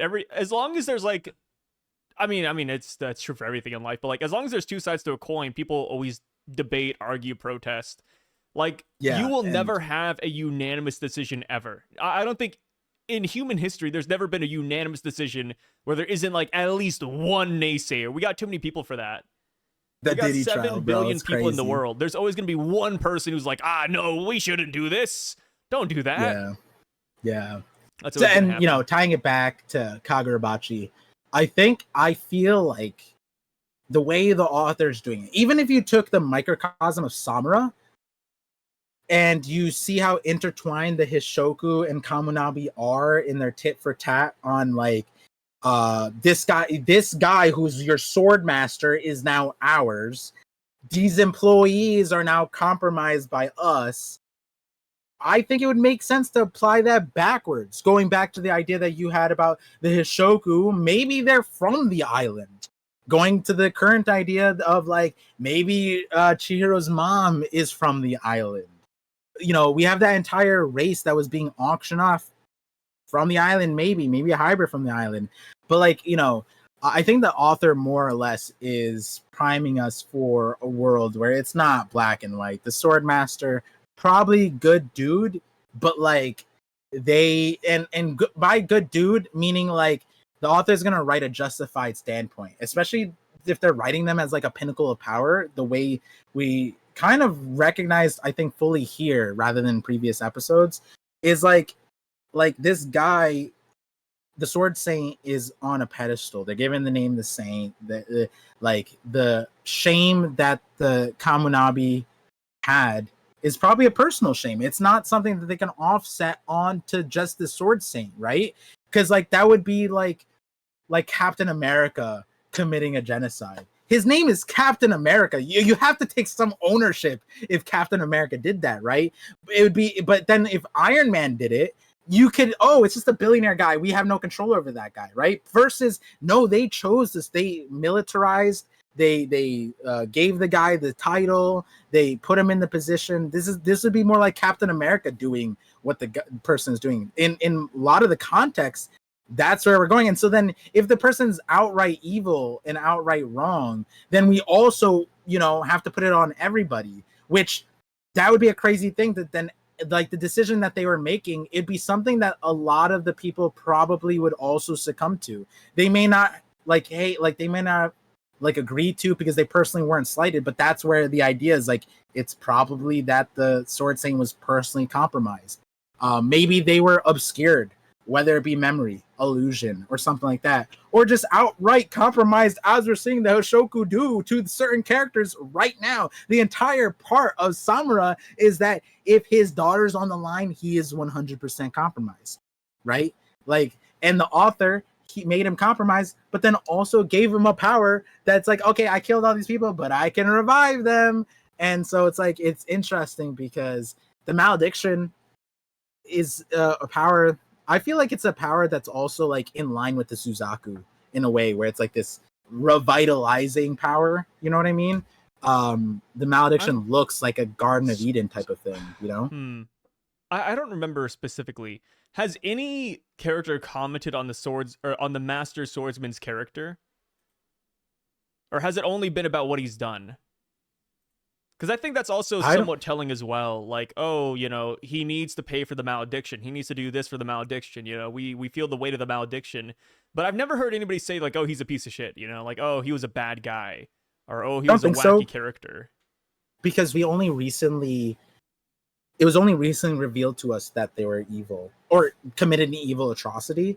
And prior to that, it was we were battling with the Hoshoku trying to convince us as the reader that the Kamunabi / the Swordmasters committed a crime. Yeah. Now we know that the crime is there. The crime was revealed that it was just the Swordmaster, but it was just that like there was an agreement, they broke the agreement, and they started killing civilians, but we don't know the background, and I don't think we've gotten any specifics on the Swordmaster or the action or the context, because then we got thrown into this conflict, right? Yeah. So, and the Hoshoku hasn't been, they've just been blanketing everybody as evil and that they need to be atoning for their crimes. So, that's another reality that I want to know about too. Do they know the truth of it? Do they know that it was just the Swordmaster? Because that's actually kind of interesting now I think about it. Does the Hoshoku know that it was just one person, or do they think that it was all of them that did it? I don't know. Because Samura, wait, they do know, right? I'm assuming the Hishaku know everything. Yeah, they do know that it was that they are protecting the Swordmaster. They're protecting everybody because they don't want to take care of the person, right? Because that Samura's like, we all need to atone, but his solution is killing the people and reviving them, except for himself and the Sword Saint. But the Hishoku, yeah, they know. Yeah, they know. I forgot that. Like, there was a chapter that I think they explained that, right? Or maybe they didn't. I forget. I'm forgetting. But yeah, I mean, there's we're 3 episodes in, we're about an hour 30, and as we mentioned, like in previous episodes, the less of the entire series we have to cover in these conversations, the tighter the conversations can be. I think we were largely focused, besides our world tangent, on the weekly Master Swordsman hopium. Yeah. We did go on that tangent too. But I think we're getting more focused. I do want to section off some time to like reread from the very beginning. I think I'm waiting for like a breath, like kind of like when just before this it was like low key slice of life between like Chihiro and Hiyori. Like a moment like that where I'm just gonna go through the entire thing again. Because last break wasn't a scheduled break. It was a health thing. Like the author needed to take a health thing, which per last conversation we did mention about worrying about the guy's health, and he's 24 years old, as some commenters are bringing back up too. Yep, 24, very talented. Praying for his health. Hope he long-lived, happy, sustained life. Appreciate you for these chapters, but it's not worth at detriment of your life. But thank you, Kagura man. Yeah. But yeah, during one of those breaks or when something like that, I'll catch up. Definitely will try my best to remember these names better. And I think a lot of it comes from just having more and more conversations. So slowly but surely, it's like you and I will nail it down. It's like we're sharpening a blade. With each and every week, we grow stronger. Yeah. I feel like I'm all like, it's weird because I only know this for myself for One Piece, primarily because I don't do this with other things. But like, I was like, oh, when does Hirohiko die? Or when do we see the Slash? And I just said a chapter number out loud, and it was that chapter. It was the very beginning. I was like, no, I'm the brain rot of me remembering these things. There. Like, what? Yeah. I feel like that will come first, and then I'll know the characters' names better. But then also it comes down to like, hey, the character's not in the series anymore, right? Unless he comes back and kills Samura, which, hey, that'd be crazy. He's still there, man. I mean, Yura's putting a lot of hope into him. Yeah. But yeah, so as we wind down, I want to thank you guys for tuning in to these calls, these conversations. I see a lot of people thanking us for making this content. I think for the same reason you and I want to talk about this. It's just like exciting to hear Kagurabachi conversation. There's a lot of One Piece viewers, here too, which is fun. I think there's probably a few people who haven't seen us in other contexts. Maybe there's 50-50 viewers and these Kagurabachi only. Oh, and your game streams, no One Piece. That'd be wild. But yeah, the day when we can separate like One Piece from us, that'd be kind of crazy. That'd be an achievement in a way. That'll be a what? That'd be an achievement. Oh yeah, like an Xbox Live achievement. Yeah, 100%. Yeah. We'll get a Steam achievement. You have separated your online identity from Oda. Yeah. Yeah, you're not just the One Piece guy. You're now Mr. Kagura.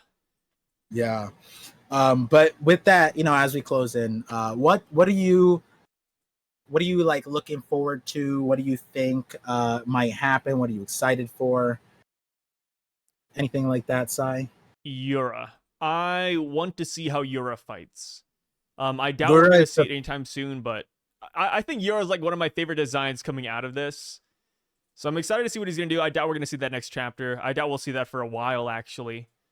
But yeah, Yura is the leader of the Hishaku, which I think is kind of interesting. I think they did say this, but Yura, despite being the leader of the Hishaku, he was not present at Chihiro's dad's house when he was murdered.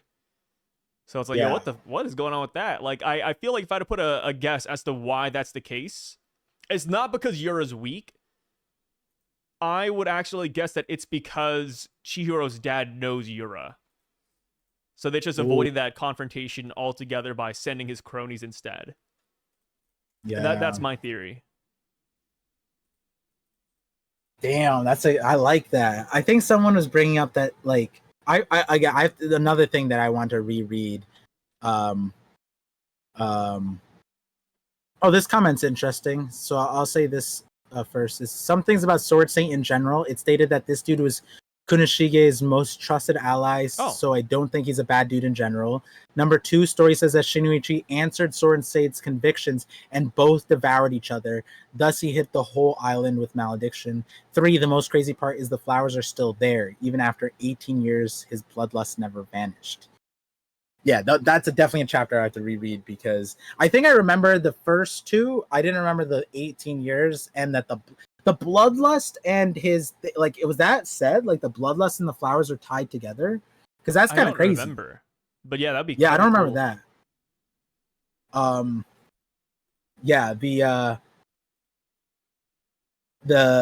And then I think again another one that I want to reread is that section about describing how he died, Chihiro's dad, because it was 10 seconds, right? That's what it was. And it wasn't one person, right?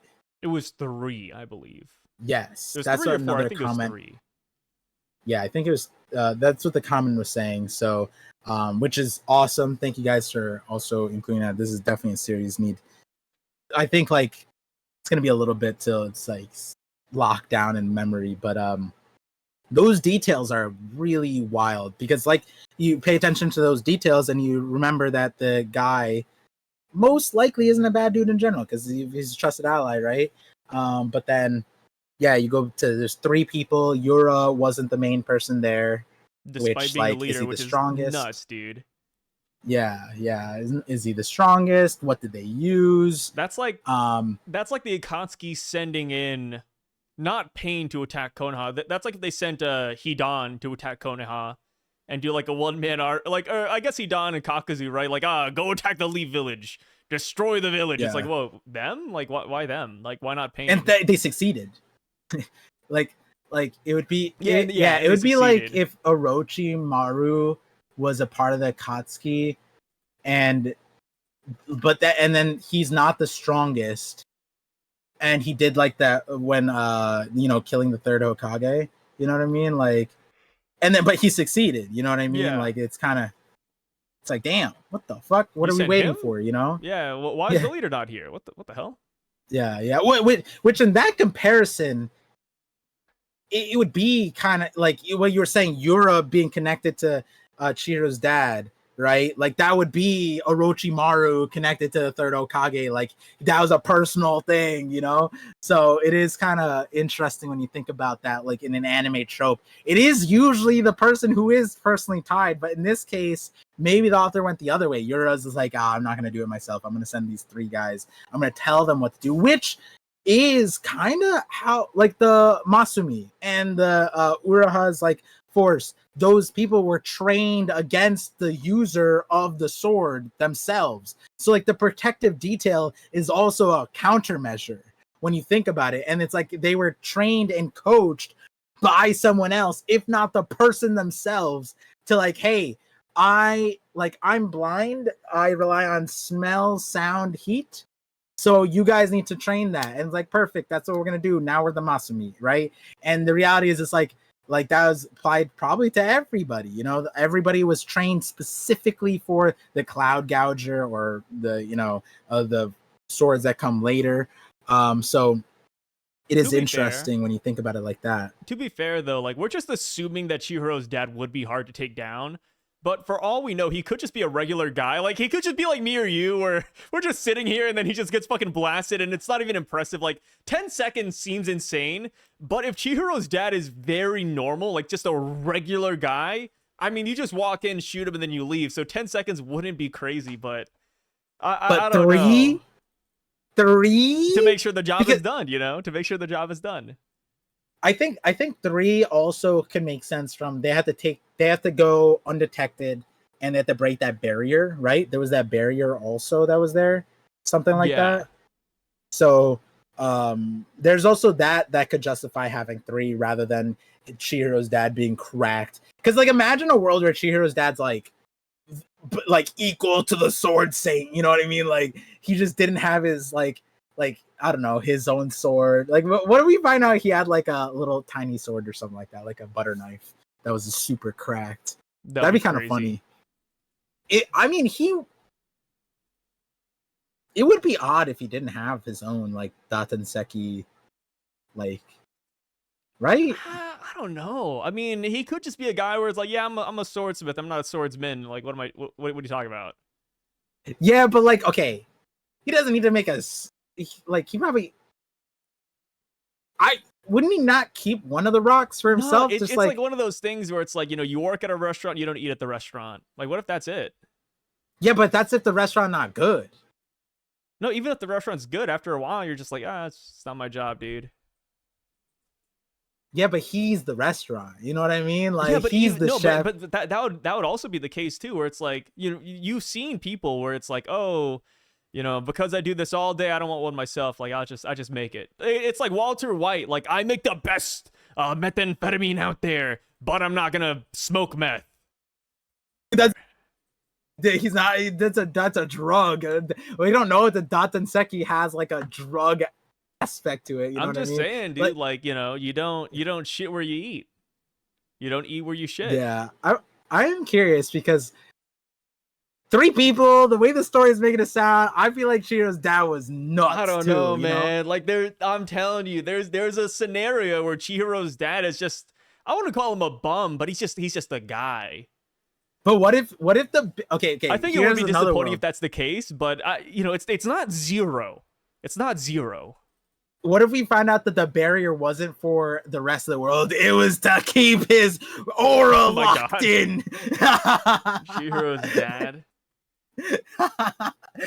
Like when they found out he died, they were like, who killed him? Like, you know what I mean? Like that. I mean, that reality is also there. We don't know the full picture that's being painted, but there could be a shock value where they're like, yo, we put the barrier up so that other people wouldn't die. You know what I mean? We don't know yet what the full, like they told us it's like, oh, to keep him isolated so people don't hate crime and whatever. But the reality could be like it was a 2-pronged barrier, I'm looking at the wiki right now, and the wikis aren't always like 1-to-1, right? It depends on if they have like sources, but I looked up Chihiro's dad and I looked at combat prowess because he has a category, and it just says Kunishige was somewhat skilled in using katanas himself, as he was able to cut through a bamboo shoot with precision. It's like, all right, that's pretty hard. Awesome, dude. Yeah, I could do that. What do you mean? Oh, I don't know if we could. Dude, no way. Stop. We could totally cut bamboo shoots down with a sword. Okay, maybe not. No, I'm saying as cleanly because I saw. So as long as we're not like lobotomized, we should be able to do it. No, it's not. Apparently, it's not that easy. Like I saw a video where they took like all these Japanese swordsmen that have been training for years and they couldn't do it, and then there was one guy who was just like cracked, and they're like, see, that's the difference between a guy who's actually like, these are people who like swords, and then these people are actually good at swords. And the reality is, back in the day, there's more people who have to be good at swords. Is saying that it's really easy. Yeah, even Google AI with the link source, of course, it says yes, cutting bamboo can be very easy with a decent blade. Even AI is downplaying the feat, bro. Cutting it, but slicing through with a single, because I could cut lots of things, you know what I'm saying? But like, I could cut this desk, but cut it through one stroke, one hit wonder. That might be, I did some chopping. I'm not giving this any props here. I need to see more feats, Chihiro's dad. Come on, dude. What the hell are we doing this here? Is like, guys moving here like Monkey D. Dragon or something. This is like our Yakuza conversation where the wiki firm said, "Oh, he must be competent because he held a sword at the war," and it's like, yeah, that's not. Kunin Shige, he was near the enchanted blades, so he's got to be enchanted blade level, huh? We just get something like that. This guy, yay, it's sunny. Like, that's the shirt. He wore a shirt that says "Yay, it's sunny." This guy, he's cracked, bro. Like, a guy who's wearing that in this series. This guy has aura to have a t-shirt. I always find that funny that they have like modern t-shirts, but they're also like in. And I gotta say this, I don't like his bandana. That's only when he's blacksmithing, though. Who's to say he doesn't have? I don't like his dad when he's blacksmithing. It's because he doesn't want his hair to be burned while the fire's going. I say that's some pussy shit right there. What the? Real men get their hairs burned and singed. What? I mean, even Chihiro. I remember when he doesn't have Rogaine. He can't grow back. When I first read Kagurabachi, one of the reasons I like Kagurabachi, don't get me wrong, but one of the things that kind of was off-putting initially was seeing Chihiro and his dad blacksmithing, and they're wearing those bandanas. I was like, man, really? What are we doing here? The bandanas? Yeah, dude. That's Chapter wild. 1, I was like, ugh. Left a nasty taste in my mouth, man. Since we're self-reporting a little bit, when I started the series, it wasn't that. It was because they went from like the gi, like what they're wearing in the blacksmith thing, and then to the t-shirt. Yeah. And something was off-putting. I'm not saying that it drove me. I was like, what the heck is going on here? You would have dropped the series, huh? You were that close. Yeah, I'm like, bro, why is there a Gildan tea out here? Why is there Fruit of the Loom in this? Why is there Fruit of the Loom here? No, not Hanes. What the hell? I feel you, dude. Why? Like, what the hell are we doing here, guys? Yeah, because like it was like a setting tone. I was like, where are we? Why is this feudal Japan, or is this like? And then his shirt said, "Yay, it's sunny," right? It said like I'm like, all right, I don't know what's going on. And then obviously, like I said, it's not like so off-putting. I dropped the series, but that was something that I was like, huh? What the fuck? Yeah. And yeah. At this point, I need you guys to chime in as well if you're listening in. How many of y'all almost dropped this series because of that damn bandana and their fits, dude? Like Chapter 1, like they really yank your chain. You see Chihiro like over here slicing people. You're like, oh, that's not bad. And then next thing you know, they're over here blacksmithing, and they got the gis on. They got the bandanas. It's like, ugh, I can't believe this, man. Dude, I think that Chihiro's dad was insane. Also, I love Chihiro's dad's shirt in Chapter 1. It just says "Love Katanas." That's what I'm saying. A dude like that. Yeah, but here's the thing. There's a lot of people who love wrestling, but they can't wrestle for shit. Yeah, there's a lot of people who love basketball. They can't play basketball. What if Chihiro's dad is in that same vein? We don't know, man. No, but there's a panel of him. Like, this would be the equivalent of like dropping a 3. You know what I mean? He's showing it. He's doing it. You know what I mean? He hasn't swung the sword to an extent that I deem worthy yet. Okay, no. Here's the other thing. If we were to put a pattern on it, right? This pattern applies to even the kids. The proximity to these swordsmen means you're cracked. To the point that Iori, even her, even she, you can't she say proximity to these swords. I mean, look at the Kamunabi. I mean, look at the anti-cloud gouger gang. No, hold on. I'm talking about like yes, those people are like hired proximity. Like Chihiro, child of blacksmith, cracked blacksmith. Iori, child of swordmaster, insane swordmaster. And then but Chihiro, his dad's friend is a swordmaster. He became he learned from Samura. And so like I'm out here thinking like Chihiro's dad, friends with the #1 sword saint and all the other guys. Like the other guy was literally at his house every single day. I see where you're going. You're saying Chihiro's dad is like Buggy the Clown, just a weakling surrounded by monsters. I got you. No. Chihiro's dad. Oh, if we're to do one, okay. Chihiro's dad would be damn. There's no like person. It would be like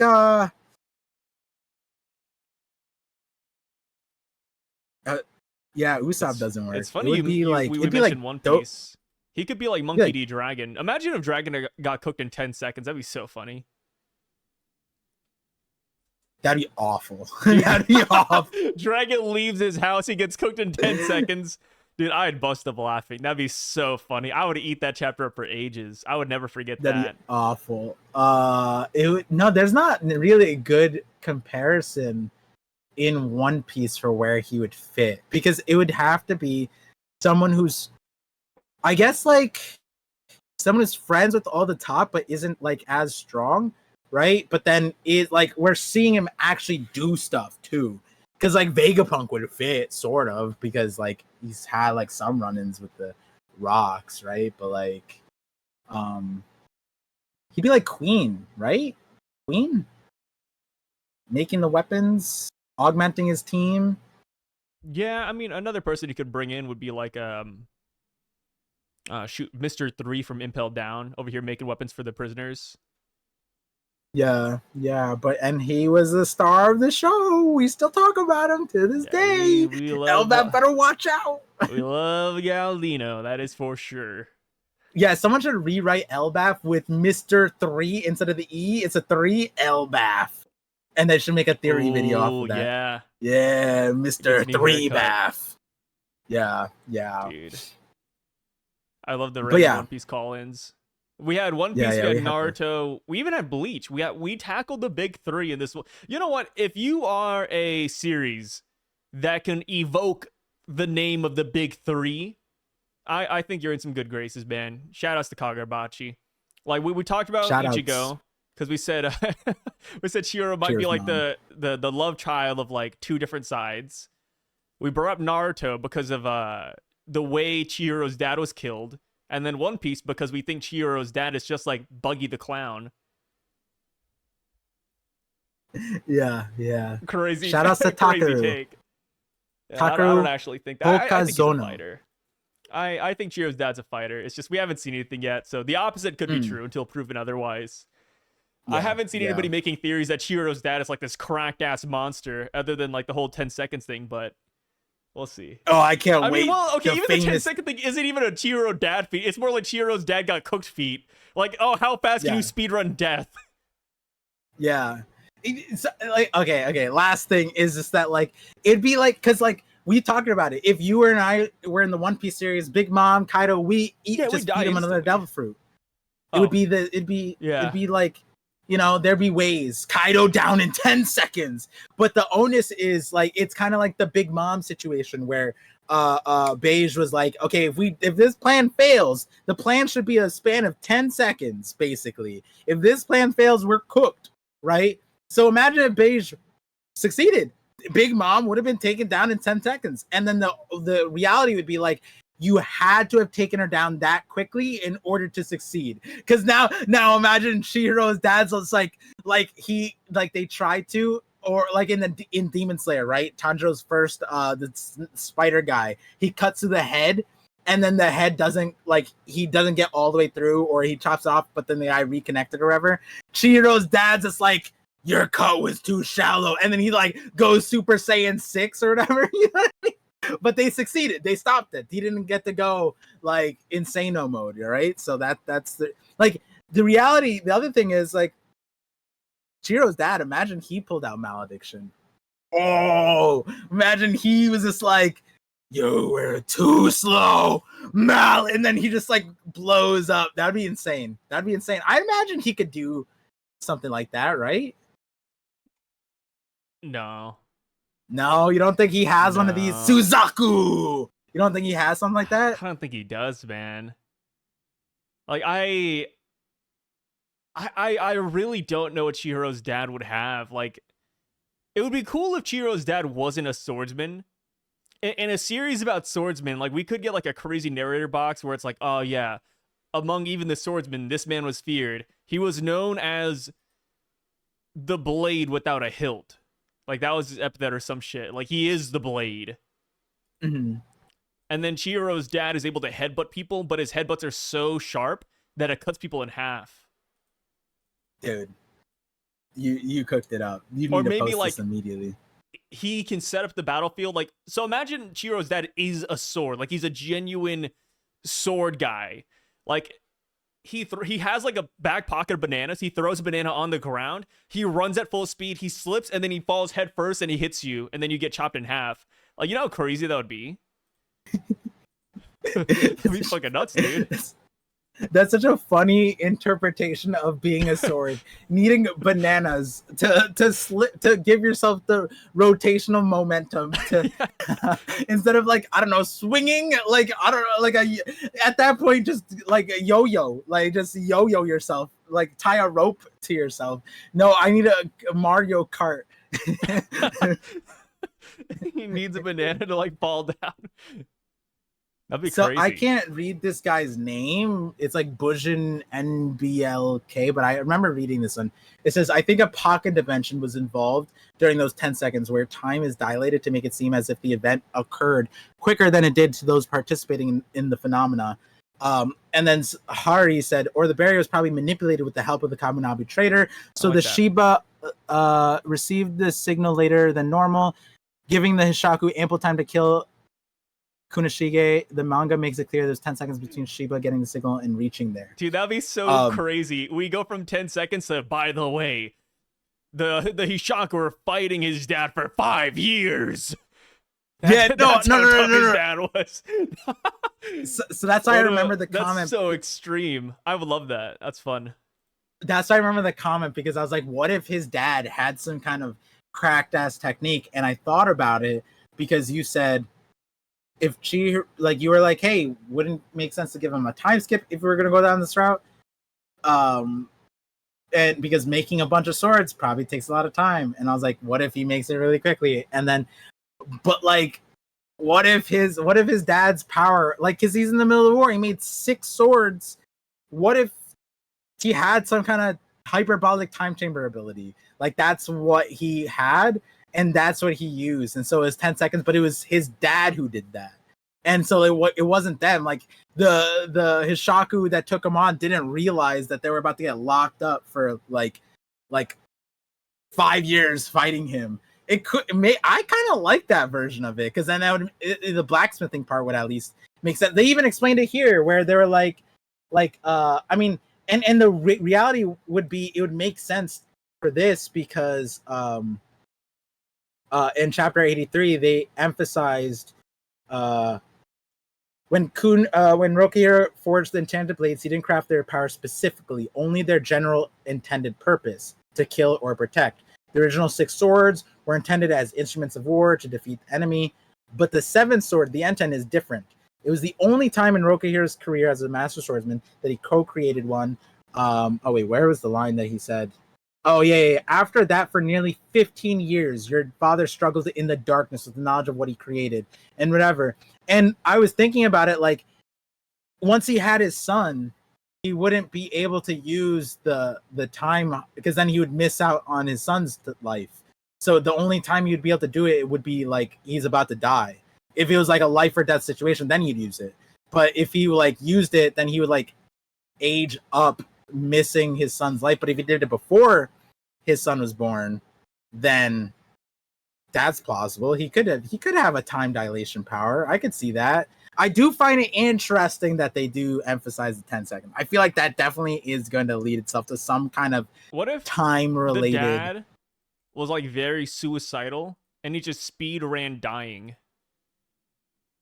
Yeah, instead of 10 seconds, he actually sped it up. Like they were the fight was gonna be an hour long, and he's like, just stop and just take care of it quicker. Kill me already. Yeah. That'd be funnier. Like, but then he'd also be Kaido. Like they would take him like 5 days to kill him, and he's like, no, do it quicker. I'm tired of this world. And then he's like, oh wait, guys, I have some rope. I got this. God.